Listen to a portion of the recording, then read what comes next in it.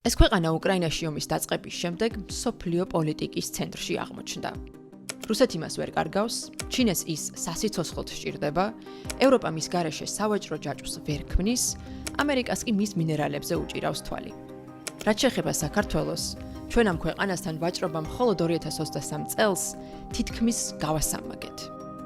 საუბარია ქვეყანაზე, რომლის გარეშეც შუა დერეფანი უბრალოდ ვერ იარსებებს. ყაზახეთი. როგორ იქცა ყაზახეთი მსოფლიოს ერთ-ერთ ყველაზე მოთხოვნად პარტნიორად? როგორ იყენებს ამას ასტანა საკუთარი ინტერესებისათვის და რა სარგებელს იღებს ამ პროცესებიდან საქართველო? პასუხები სწორედ ამ ეპიზოდში. მსგავს თემებზე მსოფლიო დონის ანალიზს ქართულად მოისმენთ სწორედ ჩვენთან. ამიტომ შეამოწმე ხარ თუ არა ჩვენი გამომწერი და დავიწყოთ. მე ვარ ქეთევან ჭინჭარაძე, ეს კი დამოუკიდებელი ანალიტიკური ინიციატივა ცნობისთვის. ყაზახეთი ორ გიგანტურ ბირთვულ ძალას რუსეთსა და ჩინეთს შორის მოქცეული ცენტრალური აზიის ქვეყანაა. და ამ გეოგრაფიული მოცემულობიდანვე უკვე აშკარაა, რამდენად მნიშვნელოვანია ყაზახეთისათვის დიდ ძალებს შორის ლავირება. ამას ემატება ისიც, რომ ქვეყანას არ აქვს მსოფლიო ოკეანეზე გასასვლელი. მას დიდი სანაპირო ზოლი აქვს კასპიის ზღვაზე, მაგრამ კასპიის ზღვა რეალურად არის ხმელეთს შორის მოქცეული ყველაზე დიდი ტბა დედამიწაზე. შესაბამისად, ყაზახეთი მსოფლიოში ყველაზე დიდი სახელმწიფოა, რომელსაც ოკეანეზე არ აქვს გასასვლელი. ეს კი ნიშნავს იმას, რომ მისი ვაჭრობა მეზობელ ქვეყნებზეა დამოკიდებული. ყაზახეთის დიპლომატიური სტრატეგიაც სწორედ ამაზე დგას. ასტანა საკუთარ თავს აღმოსავლეთსა და დასავლეთს შორის მთავარ სატრანზიტო ხიდად წარმოაჩენს.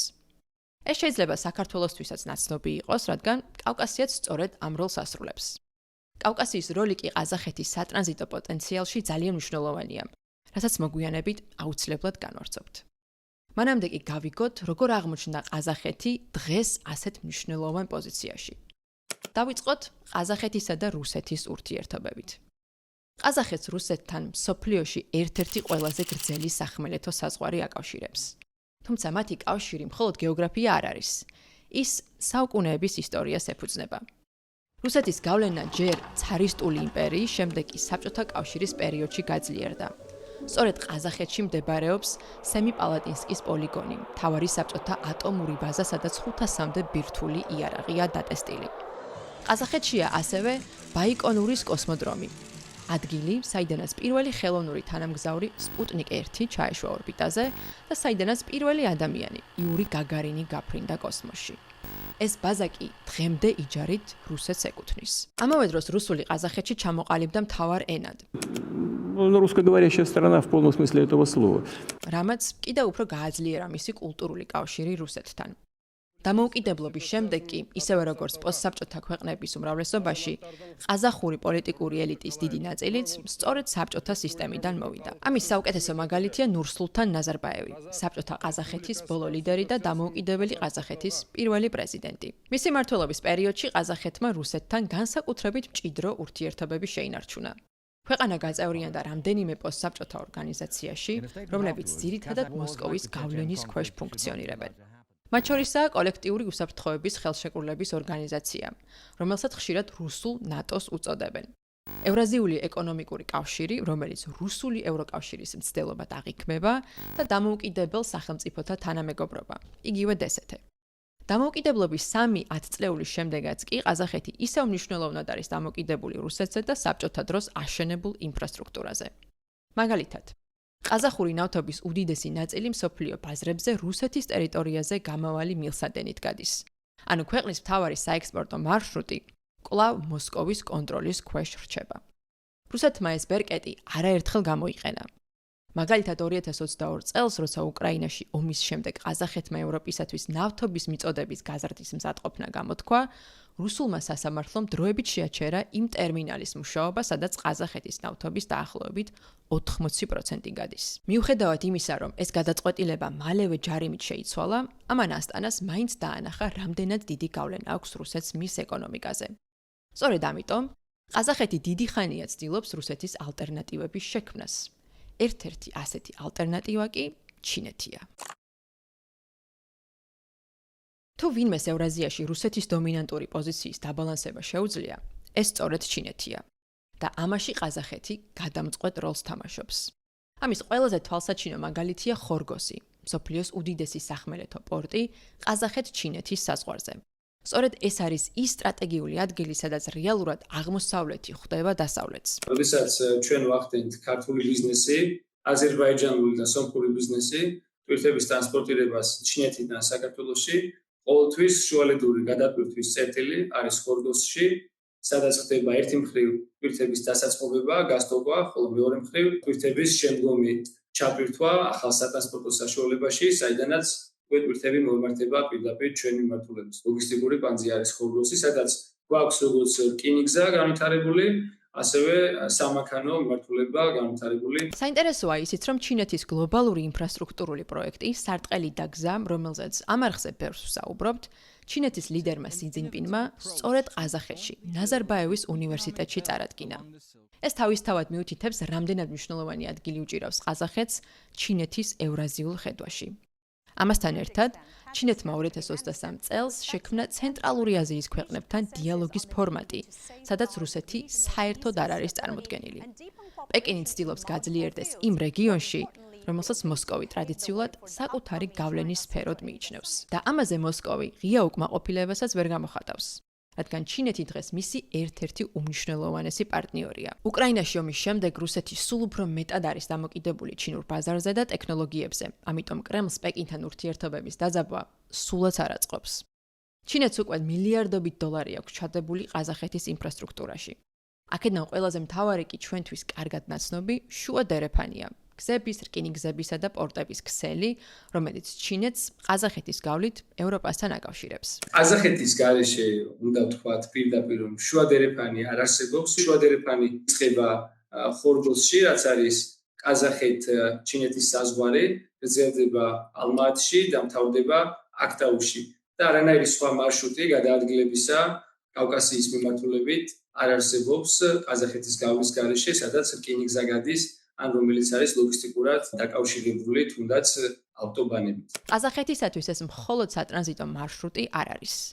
ეს არის შესაძლებლობა მიიღოს დამატებითი შემოსავლები, განავითაროს ინფრასტრუქტურა და მოიზიდოს უცხოური ინვესტიციები. ჩინეთს კი ეს ინფრასტრუქტურა საკუთარი პროდუქციის ექსპორტისთვის სჭირდება. მით უმეტეს დღეს, როდესაც ხან რუსეთზე გამავალი მარშრუტები გახდა პრობლემა უკრაინაში ომის გამო და ხან ახლო აღმოსავლეთზე გამავალი საზღვაო მარშრუტები. რკინიგზის განვითარება შუა დერეფნის მიმართულებით ეს არ იყო დაგეგმილი ასე აქტიურად არც ჩინეთის მხრიდან, არც ყაზახეთის და მით უმეტეს არც საქართველოს და აზერბაიჯანის მხრიდან და მისი პერსპექტივა პირდაპირ განაპირობა რუსეთ-უკრაინის ომმა. გადაიკეტა საიცოცხლო არტერია ჩინეთიდან ევროპაში მიმავალი ტვირთებისა და სწორედ ამიტომ ჩინეთი შემოვიდა ინიციატივით და სწორედ ჩინეთმა დაასუბსიდირა აღნიშნული მიმართულება. ჩვენი კომპანია მეტალოგისტიკი იყო პირველი ქართულ ბაზარზე, რომელმაც განახორციელეს წარმატებით სარკინიგზო გადაზიდვები ჩინეთიდან საქართველოში. დღესდღეობით შეგვიძლია ითქვას, ქართულ ბაზარზე კრიტიკული მასა გადაზიდვების მოდის ზუსტად რკინიგზაზე, ვინაიდან რკინიგზა სჭირდება ერთი თვე, ხოლო საზღვაო გადაზიდვებს აღნიშნული კრიზისის პირობებში სჭირდებათ დაახლოებით 3 თვე. ბიზნესში ძალიან მნიშვნელოვანია ვადა, ტარიფები და მეთოდების დრო ზოგადად და სწორედ ამიტომ ორჯერ უფრო დააჩქარა ბიზნეს პროცესები შუა დერეფანმა საქართველოში. პეკინისთვის შუა დერეფანი არის ალტერნატივა, რომელიც დაძაბულობის კერებს უვლის გვერდს. სამხრეთ კავკასიის ქვეყნებისთვის არის დღეს ისტორიული მომენტი, ისტორიული შანსი, რამე თუ ჩრდილოეთ დერეფანი არის სანქცირებული, არ გამოიყენება აქტიურად საერთაშორისო გადაზიდვების ნაწილში, არც ერთი სოლიდური თავმოყარი კომპანია, რომელიც სანქციებს ითვალისწინებს, აღარ ახდენს მისი ტვირთების ტრანსპორტირებას ჩრდილოეთ დერეფანზე და სწორედ ამიტომ ეს ნაკადები გამოიმართა ჩვენსკენ შუა დერეფნის მიმართულებით. ამ ხედვის ნაწილი ხდება ასევე სომხეთ-აზერბაიჯანის დამაკავშირებელი ტრამპის საერთაშორისო მშვიდობისა და კეთილდღეობის მარშრუტი, რომელსაც ჩვენ ზანგეზურის დერეფნის სახელით ვიცნობთ. თუმცა აღსანიშნავია, რომ კავკასიიდან პირდაპირი გასასვლელი შავ ზღვაზე აქვს მხოლოდ საქართველოს, რაც კიდევ უფრო ზრდის ჩვენი ქვეყნის სტრატეგიულ მნიშვნელობას. რამოდენიმე ათწლეულია ფოთის პორტი არის ყველაზე მნიშვნელოვანი საკვანძო წერტილი ყაზახეთის ეკონომიკისთვის.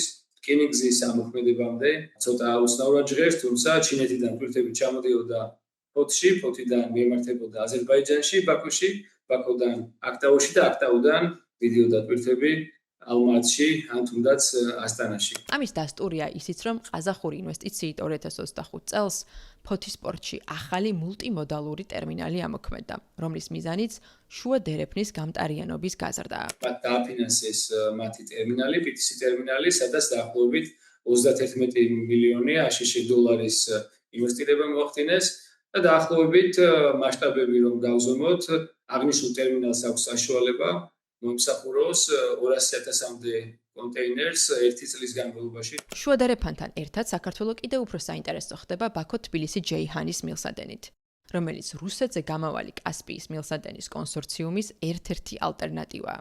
თუმცა აქტაუდან ბაქომდე ნავთობის გემით გადაზიდვა ამ ეტაპზე შედარებით ძვირია და ლოგისტიკურად რთული, რის გამოც ამ გზით ყაზახეთს თავისი ნავთობის მხოლოდ მცირედი გადააქვს. თუმცა ამ მარშრუტის პოტენციალს ასტანა უკვე ხედავს და მომავალში მისი სტრატეგიული მნიშვნელობა შეიძლება კიდევ უფრო გაიზარდოს. მოკლედ რომ ვთქვათ, უკრაინის ომმა ევრაზიის სავაჭრო რუკა შუა დერეფნის და კავკასიის სასარგებლოდ შეცვალა. ამიტომ ყაზახეთსა და საქართველოს შორის ვაჭრობის გასამაგება შემთხვევითი არაა. ამასთან ერთად, რაც უფრო რუსეთისგან დივერსიფიცირებული სავაჭრო გზები ექნება საქართველოს, მით უფრო სასარგებლოა ჩვენი უსაფრთხოებისთვისაც. დღეს ყაზახეთსა და ჩინეთს შორის ურთიერთობები შეიძლება ითქვას ისტორიულ მაქსიმუმზეა, თუმცა ეს არ ნიშნავს, რომ ყაზახეთი ამით რუსეთთან ურთიერთობის ჩანაცვლებას ცდილობს. პირიქით, მას ორივე ძალიან სჭირდება. მაგალითად, ავიღოთ 2022 წლის იანვრის მოვლენები. მაშინ ყაზახეთში მიმდინარეობდა მასშტაბური საპროტესტო გამოსვლები. ფორმალურად ყველაფერი გაზის ფასის მკვეთრ ზრდას მოჰყვა, თუმცა რეალურად პროტესტის მიზეზი წლების განმავლობაში დაგროვილი უკმაყოფილება იყო. ვითარება ისე დაიძაბა, რომ ძალადობრივ არეულობაშიც კი გადაიზარდა და ამ დროს პრეზიდენტმა ტოყაევმა დახმარებას თხოვა მოსკოვს და კოლექტიური უსაფრთხოების ხელშეკრულების ორგანიზაციას. რამდენიმე დღეში ქვეყანაში რუსეთის ხელმძღვანელობით მოქმედი სამხედროები შევიდნენ და ხელისუფლებამ ასე აღადგინა კონტროლი მოსახლეობაზე. სწორედ ამიტომ სჭირდება ყაზახეთს რუსეთი. მოსკოვი მას ისეთ პოლიტიკურ და უსაფრთხოების მხარდაჭერას თავაზობს, რომელსაც ამ ეტაპზე ჩინეთისაგან ვერ მიიღებს. ამიტომ ყაზახეთი ძალიან ფრთხილ და მრავალვექტორულ პოლიტიკას ატარებს. ეს მოიცავს დასავლეთსაც და განვიხილოთ რატომ. თუმცა მანამდე კიდევ ერთხელ შეგახსენებთ, რომ არ დაგავიწყდეთ არხის გამოწერა, რადგან თუ ამ დრომდე ჩვენთან ერთად ხართ, ესე იგი ჩვენი ანალიზი სწორედ თქვენთვისაა. თუ ჩინეთისთვის ყაზახეთი ევროპისაგან მიმავალი კარიბჭეა, ევროპისათვის ის ჩინეთთან და აღმოსავლეთ აზიასთან დამაკავშირებელი ერთ-ერთი, თუ არა ყველაზე მნიშვნელოვანი სახმელეთო გზაა. სწორედ ამიტომ ყაზახეთი სულ უფრო საინტერესო ხდება ბრიუსელისთვისაც. გადავხედოთ ბოლო მოვლენებს. ტოყაევი სულ ახლახანს ეწვია ბრიუსელს, საიდანაც მხოლოდ დაპირებებით და ფოტოებით კი არა, მილიარდობით ინვესტიციებით დაბრუნდა. ევროკავშირმა და ყაზახეთმა დადეს საავიაციო შეთანხმება, რომლის ფარგლებშიც ევროკავშირის 17 ქვეყნის ავიაკომპანია ყაზახეთში პირდაპირ რეისებს დანიშნავს.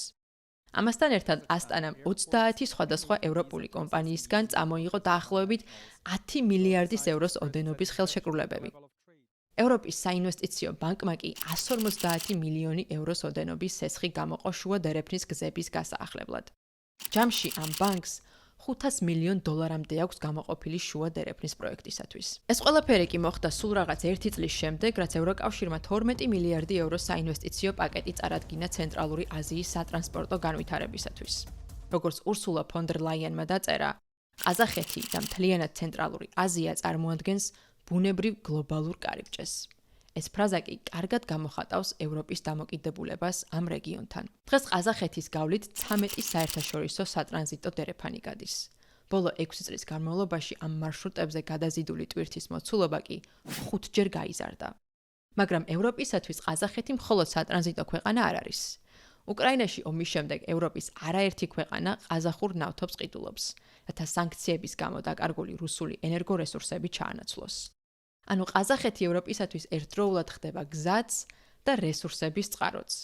და როცა რესურსებს ვახსენებთ, არ უნდა გამოგრჩეს შეერთებული შტატებიც. ყაზახეთის მთავარ ბუნებრივ რესურსად ამ დრომდე ითვლებოდა ნავთობი, თუმცა 2022 წლიდან ქვეყანაში გეოლოგიური კვლევები გააქტიურდა და რამდენიმე ახალ საბადოზე იშვიათი მიწა ელემენტების მნიშვნელოვანი მარაგებიც აღმოაჩინეს.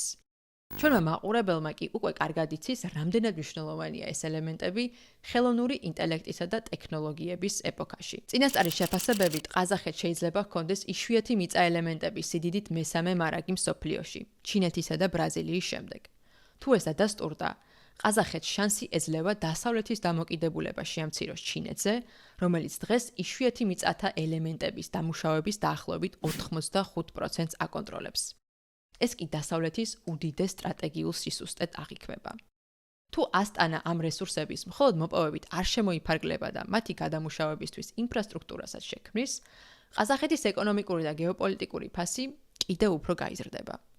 ამიტომ შეერთებული შტატებიც დიდი ლუპით აკვირდება მოვლენებს შუა აზიაში. თქვენი აზრით, რამდენად შეძლებს საქართველოს გამოიყენოს ყაზახეთის ეს გეოპოლიტიკური გააქტიურება და გახდეს ევრაზიის მთავარი შეუცვლელი კარიბჭე დასავლეთისათვის? გამიზიარეთ კომენტარებში. არ დაგავიწყდეთ არხის გამოწერა და გვიმეგობრდით Instagram-ზე, TikTok-ზე, Spotify-ზე და ახლა უკვე Facebook-ზე. შევხვდებით შემდეგ ვიდეოში.